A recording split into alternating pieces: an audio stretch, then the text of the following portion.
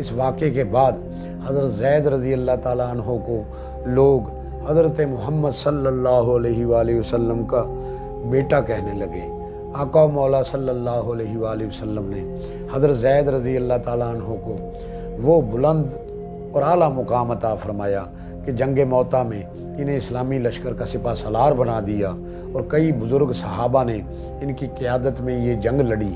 حضرت زید رضی اللہ تعالیٰ عنہ اس جنگ میں نہایت شجاعت و بہادری سے لڑتے ہوئے شہید ہو گئے۔ ان کی شہادت پر نبی کریم صلی اللہ علیہ وآلہ وسلم کی پاک مبارک آنکھوں سے آنسو رواں ہو گئے۔ رحمت عالم صلی اللہ علیہ وآلہ وسلم نے بارہا غلاموں کے ساتھ حسن سلوک کرنے کی تلقین فرمائی۔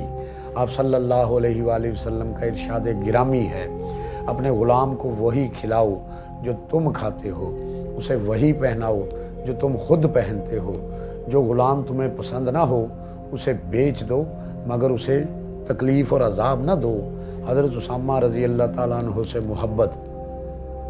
حضرت اسامہ رضی اللہ تعالیٰ عنہ حضرت زید رضی اللہ تعالیٰ عنہ کے بیٹے تھے۔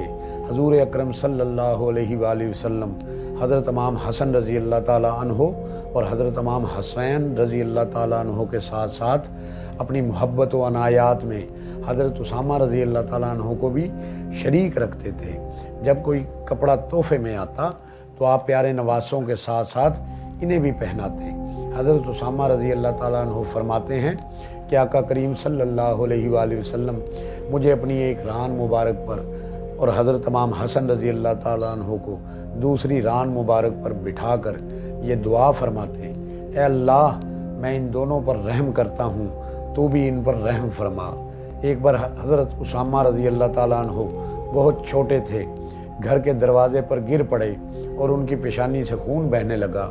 حضور صلی اللہ علیہ وآلہ وسلم نے خود اپنے دست مبارک سے ان کا خون صاف کیا، زخم پر اپنا لعاب مبارک لاب دہن تھوک مبارک لگا دیا، جس کی برکت سے زخم فوراً ٹھیک ہو گیا۔ حضور صلی اللہ علیہ وآلہ وسلم حضرت اسامہ رضی اللہ تعالیٰ عنہ سے بے حد محبت فرماتے تھے۔ آپ خود ان کا منہ اور ناک صاف کرتے، انہیں کپڑے پہناتے اور کبھی کبھی فرط محبت سے فرماتے، اگر اسامہ لڑکی ہوتا تو میں اس کو خوب زیور پہناتا اور اسے ایسا سنوار کر رکھتا کہ اس کی خوبصورتی کی دھوم سارے عرب میں مچ جاتی۔ حضرت اسامہ رضی اللہ تعالیٰ عنہ فرماتے ہیں کہ میں آقا کریم صلی اللہ علیہ وآلہ وسلم کے وصال سے قبل ان کی خدمت میں حاضر ہوا تو آپ صلی اللہ علیہ وآلہ وسلم نے اپنا مبارک ہاتھ مجھ پر رکھا اور پھر اٹھا لیا۔ میں جان گیا کہ آقا صلی اللہ علیہ وآلہ وسلم نے میرے لیے دعا فرمائی ہے۔ ایک موقع پر حضور صلی اللہ علیہ وآلہ وسلم نے ام المومنین حضرت عائشہ صدیقہ رضی اللہ تعالیٰ عنہ سے حضرت اسامہ رضی اللہ تعالیٰ عنہ کے متعلق فرمایا، اس سے محبت رکھو کیونکہ میں اس سے محبت کرتا ہوں۔ حضور صلی اللہ علیہ وآلہ وسلم نے چشم عالم سے چھپنے سے پہلے آپ کو اسلامی لشکر کا سپہ سالار مقرر فرمایا تھا۔ حضور صلی اللہ علیہ وآلہ وسلم کی محبت کے باعث صحابہ اکرام رضوان اللہ تعالیٰ علیہم اجمعین بھی ان کا خاص خیال رکھتے تھے۔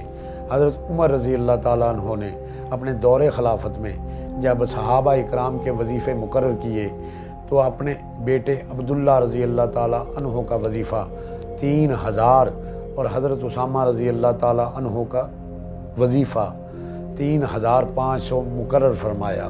حضرت عبداللہ رضی اللہ تعالیٰ عنہ نے عرض کی، پیارے ابا جان، میں تمام جنگوں میں اسامہ رضی اللہ تعالیٰ عنہ کے ساتھ رہا ہوں اور آپ بھی کسی لڑائی میں اسامہ رضی اللہ تعالیٰ عنہ کے والد سے زید رضی اللہ تعالیٰ عنہ سے پیچھے نہیں رہے، پھر میرا وظیفہ اسامہ سے کم کیوں ہے؟ امیر المومنین حضرت عمر فاروق رضی اللہ تعالیٰ عنہ نے فرمایا، بیٹا تم ٹھیک کہتے ہو، مگر تمہارا وظیفہ اسامہ رضی اللہ تعالیٰ عنہ سے اس لیے کم ہے کہ رسول صلی اللہ علیہ وآلہ وسلم اسامہ کو تم سے زیادہ اور اسامہ کے والد کو تمہارے والد سے زیادہ محبوب رکھتے تھے، بس میں نے آقا و مولا صلی اللہ علیہ وآلہ وسلم کی محبت کو اپنی محبت پر ترجیح دی ہے۔ اللہ پاک سے دعا ہے اللہ ہمیں پیارے آقا کریم صلی اللہ علیہ وآلہ وسلم کے اسوہ حسنہ پر عمل کرنے کی توفیق عطا فرمائے، سیرت رسول کریم صلی اللہ علیہ وآلہ وسلم پر چل کر اپنی زندگیوں کو نکھارنے کی، اپنی زندگیوں کو سیرت میں ڈھالنے کی توفیق عطا فرمائے۔ آمین بجاہ نبی الکریم الامین، وآخر دعواہم ان الحمدللہ رب العالمین۔